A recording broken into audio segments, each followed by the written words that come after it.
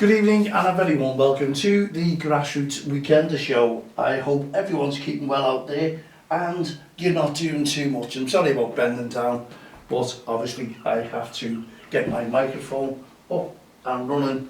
1, 2, 3, 1, 2, 3. There you go. So it's picking me up. And it's picking me up fine and dandy. Hopefully the computer is working okay. And I'll be going on to Spotify very soon indeed, so I'll keep you all notified. Just excuse me for that, I just forgot to get my microphone ready on the table. It looks the part anyway, and obviously you can see that it's working along nice and smoothly. So that's on the GarageBand, so we're recording for Spotify as well as DXTL TV from the touchlines, which is yourselves. Thank you very much indeed for viewing the show. And if you're not subscribed to the show, please could you subscribe to it. It's free of charge, and I need more subscribers because I know that'll happen, because we want to suit things up. I'm working with YouTube. There's a lot that we can do now, and I'm looking into it to make it more sort of oomph, if you know what I mean, on the YouTube channel. But it goes without saying that Grassroots Football will get us more viewers anyway for the changes that are expected to come in for 25-26 season. Small-sided, 4v4, 5v5, 7v7. I don't know whether it was a 6, I don't think there was, no. Anyway, football coming from 111s coming down to 9v9, and wow, what a lot of changes. And I was out and about last week and we were talking about this to some of the managers, or plenty of managers and coaches, and they just said, surely this cannot work, you know, because we've got the pitches as well, that we have to change pitch sizes, and the money it's going to cost. I really don't know who funds that, to be honest. And it's not really working what I expect. Well, I didn't expect it to work anyway, but when you're throwing the throw-ins, the headers, certain things, aspects of the game that they've changed are working. Now, it's taken a while, but people still don't like it. They want the throw-ins, they want the headers. How this can happen, I'm not too sure, but it looks like, you know, they've got their way, the FA, and changes are going to stick until people actually get used to it. But I feel sorry for the kids in the later days. And I'm talking to ex-professional footballers as well, who know a thing about football, a thing or two about football. And it includes my nephew, and they can't believe the way the game is going, and they're wondering who is making these changes, because they don't believe that they're ex-footballers who are making these changes.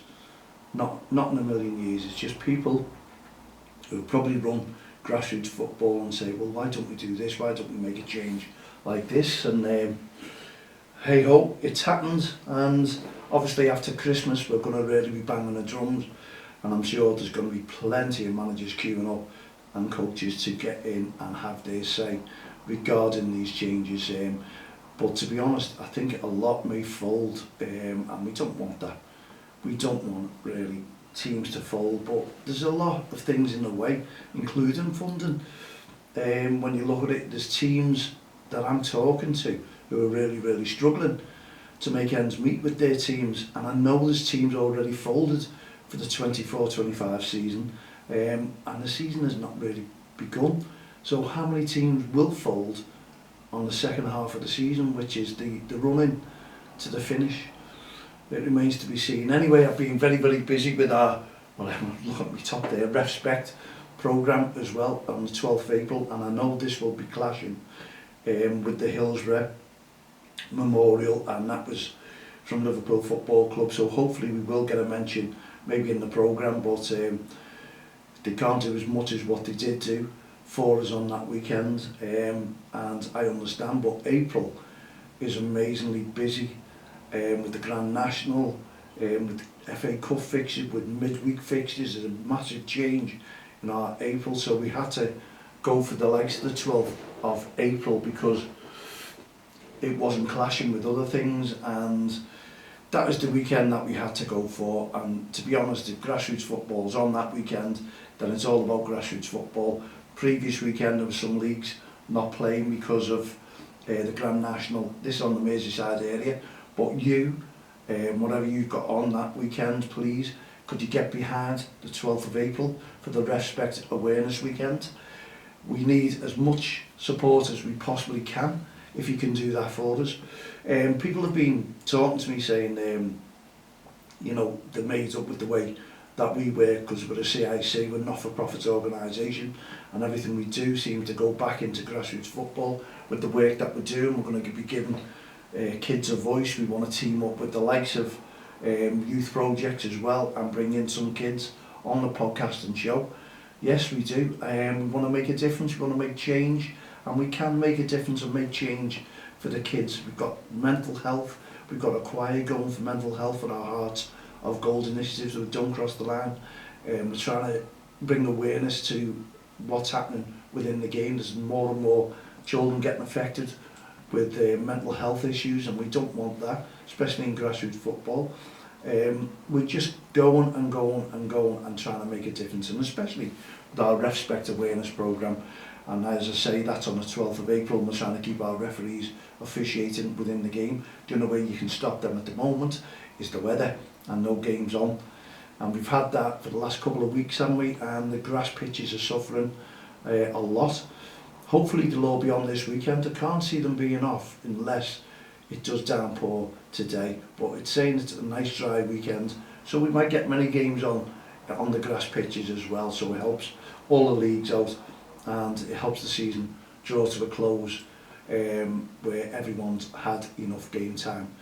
And I know, going by previous fixtures, a lot of games have been cut short in leagues, and teams have not fulfilled their contract, shall we say, their affiliation, because they paid for a full season for a certain amount of games and they don't get that as well. But we go back to the cost of grassroots football, and it's becoming like the Premier League regardless. If you look at the way clubs are charging money and sign-on fees, everything seems to happen around the kids, you know. And to be honest, it is a lot of money to have your child playing football. They need the boots, the parents will buy the boots, obviously they will, the kits. If you don't get a sponsor, then unfortunately the team is struggling straight away because the clubs cannot help, because they haven't got that much money in their kitty, shall we say. But I feel sorry for the amount of money that's going into some of the clubs. And if you don't look around at the prices the certain clubs charge, you know, should we have a cut-off point on amount of money that they can charge, what these fees are, what they buy, you know. If the parents are happy, then obviously the kids, there's no problem with the kids playing. If the parents, which I've talked to a lot, are not happy about the amount of money that's coming out their pockets to play, to get the kids involved in grassroots football, then you have a big problem. It's the majority who are struggling, and it's not good at all for grassroots football, is it? Not good whatsoever. So, at the end of the day, it's what we say is, if you're not happy, then please sign our petition. We're trying to make a difference, and we'll go. Regardless how long it takes us, we'll just go. We're getting one signature a day, albeit, you know, it's a little bit serious. We're trying to do something to improve the game of football in your pockets. And Change.org, we're gladly announcing that we've got a programme where you can sign up to and put your signature on free of charge, unless you want to pay them £20, whatever it is, and they get us more signatures, or they put it widely across the nation. It's up to yourself. If you don't pay us, we don't have anything out of it. It's Change.org, and we want to try and make a difference in your pocket. We want to try and bring in or save you money. And if it just takes you 2 minutes to sign a petition, if you go into Change.org and look for DXTL and we're trying to get more funding opportunities within grassroots football, make a difference and bring more money back into your pocket. This is what we want to do, this is what we want to try and achieve. So if you can sign our petition, it's free, and don't forget to, once you've confirmed it, confirm it on your email as well, please, because they send that and your signature goes through them, and it all adds up. So we'll be banging this out towards Christmas because everyone's at home. A lot more people will see it, and a lot more people will look at it and think, we just spent a fortune on Christmas and look how much we've got to pay out for grassroots football. Let's sign this petition. And a lot more people should be at home. Unfortunately I'm not, because I'm, as they say, I'm in work throughout Christmas anyway. But hey ho, that's the way it's worked out every single year for me. When I win the lottery, then that's when I'll stop working over the Christmas period and probably shoot over to the villa that I've just bought. But that's down to the lottery when I win that as well. Okay, yes, you're out and about, and especially tomorrow you'll be out and about on 3G pitches, especially the North Liverpool JFL and the John O'Leary Kirby League. Just make sure that you go there and you treat it as a game for the kids, as a development game, and leave the referees to officiate. Please, no disrespecting our officials. Please go on there and just encourage the kids. As parents as well, please, the swearing and the smoking has got to come to an end. There's got to be, you've got to understand that we don't want kids with bad attitudes, because attitudes make a difference within grassroots football. And if parents are swearing from the touchlines, it's no good for the kids on the field of play. Believe me, we need to make a difference, and we need to encourage the kids to play football and enjoy themselves. And if they're enjoying themselves, then the referee is enjoying himself as well, because that means to me that there's no verbal abuse coming from the sidelines or aggressive behaviour. We want to cut that out, and we want to just let the kids play football. Referees go out there to officiate and probably earn themselves a penny or two. That's what it's all about, especially over the Christmas period time. They're not there, they're impartial, they're not there to, you know, got favourite teams in there. There's nothing like that whatsoever. They just want to go on, officiate and enjoy the kids playing football, and the best team wins. That's the way it should be. Or it could be a goalless game. It could be, you know, win, lose or draw. Those referees have to be impartial, and the majority are. But when you're starting to accuse them of cheating, getting the decisions wrong, that will put a referee off tenfold. You don't need, those referees need all the encouragement that they can get. They're there to listen. If they think they may have made a mistake, or if they think that they're silent and listening to a sideline who are shouting and screaming and let's make a change, you know, this referee. And managers and coaches, I've seen this before. If there's a referee who's just the beginning, the rookie referee, the rookie ref, yeah, out there just getting used to the games, and they think by our calling and shouting, the referee will listen to the sidelines. And in some cases, they can change a referee's decision or make a referee's decision for them just by shouting very loud as if they're part of the game. And I've seen it, and I've watched someone shout the other week, and I was stood right on that line, and it was a goal kick, and straight away the manager shouted, and who was by the halfway line, nowhere near it, corner ref, corner, that's our ball. And the referee straight away, corner. And I just looked, and they were laughing because they got that decision, and I shook my head. They knew they were wrong. They just put their heads down, and it was wrong. And this, you know, I did have a little chat to the ref at half time, and just said, don't listen to sidelines. Don't, if they're trying to make a decision, you give what you see. And obviously that referee did say, yeah, I wasn't too sure, and that sort of made my mind up. And that can influence a referee, a young referee, and not really experienced referee at the moment. Experienced referees, they give their decision regardless.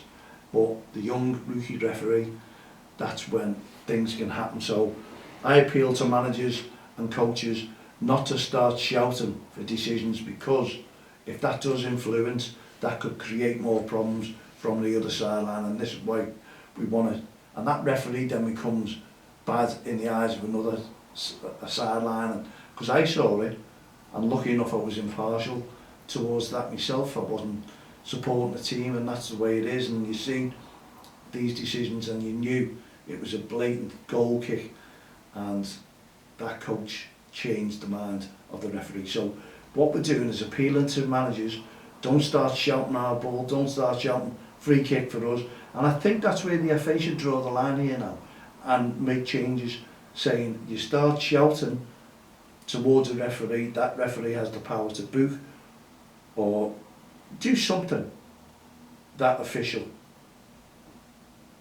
And I think that would work, because how many times did that official shout to that manager and say, wrong decision, manager, should have left him on, here on, that was the best player, why are you taking them off? What would the manager feel like then, being told or questioned about his or her decisions as a coach? Let's think of it that way. Okay, we've got just over 4 minutes left of the show. So when you're out and about, please make sure that you support that referee, because that referee, the young referee especially with the yellow armband on, means that they're under 18, if you didn't know. That's why they wear them. So they're only minors, they're still at school. So you've got to remember that when you're supporting your kids or encouraging your kids, that referee needs encouragement as well. And many parents go with these referees. So how do you think they feel when you're having a right go at a young referee for making that decision? Because they're not having a go at your child whatsoever. You wouldn't like that either if they started shouting about your child not being a good player. Think of it that way as well. So make sure that whenever you go out and about, and tomorrow, this is a big question for tomorrow, that you are respectful of that referee in charge of your game. And just shake the hand of that referee at the end of the game, maybe the start of the game, the end of the game, and just say thanks very much, regardless of the way the game went. It's about the kids having enjoyment and development in a game of football, and it's about the referees also developing their skills. And don't forget, Christmas is coming, and it's not just a Christmas book, it's an all year round book. Rookie Ref gives you a lot of details. Kids are loving it. Kids are coming to me who've got it and say they bought the book and they thoroughly enjoyed it. That is music to my ears. You can get that for Christmas if you want to. A nice little stocking filler. Mums and dads, granddads, look at it. And when the kids look at it, they'll think, what's this all about? And you can read them to it. Bedtime story. And if you've bought the book as well and you see me, I'll sign it gladly for your child in the future. There you go. And then you can put it on eBay. Anyway, just enjoy yourselves when you go out and play football, please. Okay, we've got 2 minutes left. Also, yeah, the petition, we've talked about that. Please sign that one. And then we'll talk about also the Premier League. It's hotting up, isn't it? Hotting up this weekend. I'm not too sure. I think we kick off at 1:30 tomorrow. That's unusual kick-off times. I don't know what's happening. Anyway, we've done well in Europe, which I was glad about. Wasn't a good performance, but it was good to be still fit after missing the Everton game and being up there as well, because a few teams slipped up and it could have been a lot of pressure. It's only Chelsea who are keeping things going at the moment, but will they explode towards the start? But then again, they've got plenty of players in their squad, haven't they? So whenever you're out and about, especially tomorrow, please make sure that you show loads of respect on and off the field of play. And don't forget to put in your diaries about the REFspect Awareness Weekend, which is on the 12th of April 2025. See what you can do. See there's kids out there who can come up with an idea how to support the referee, make that referee feel more welcome on your game. Kids, get involved in it, do some drawings, do some ideas and put it to your team manager, and then let's all get it all on the field of play. And I'm sure the referees will appreciate it, and we will certainly appreciate it that don't cross the line. So thanks very, very much indeed for tuning into the show. If you've got anything to say, Mal at don'txtheline.com, let us know and we'll get it out, no doubt, on the next show available. Okay, from myself, Mal and all the team here at the Grassroots Show, Don't Cross the Line, Respect, Awareness, and also our Hearts of Gold initiatives, and a big apologies for our young commentators as well. Hopefully they'll be back one more time just before Christmas. We'll see you tomorrow, around about 6 p.m. Good night, God bless.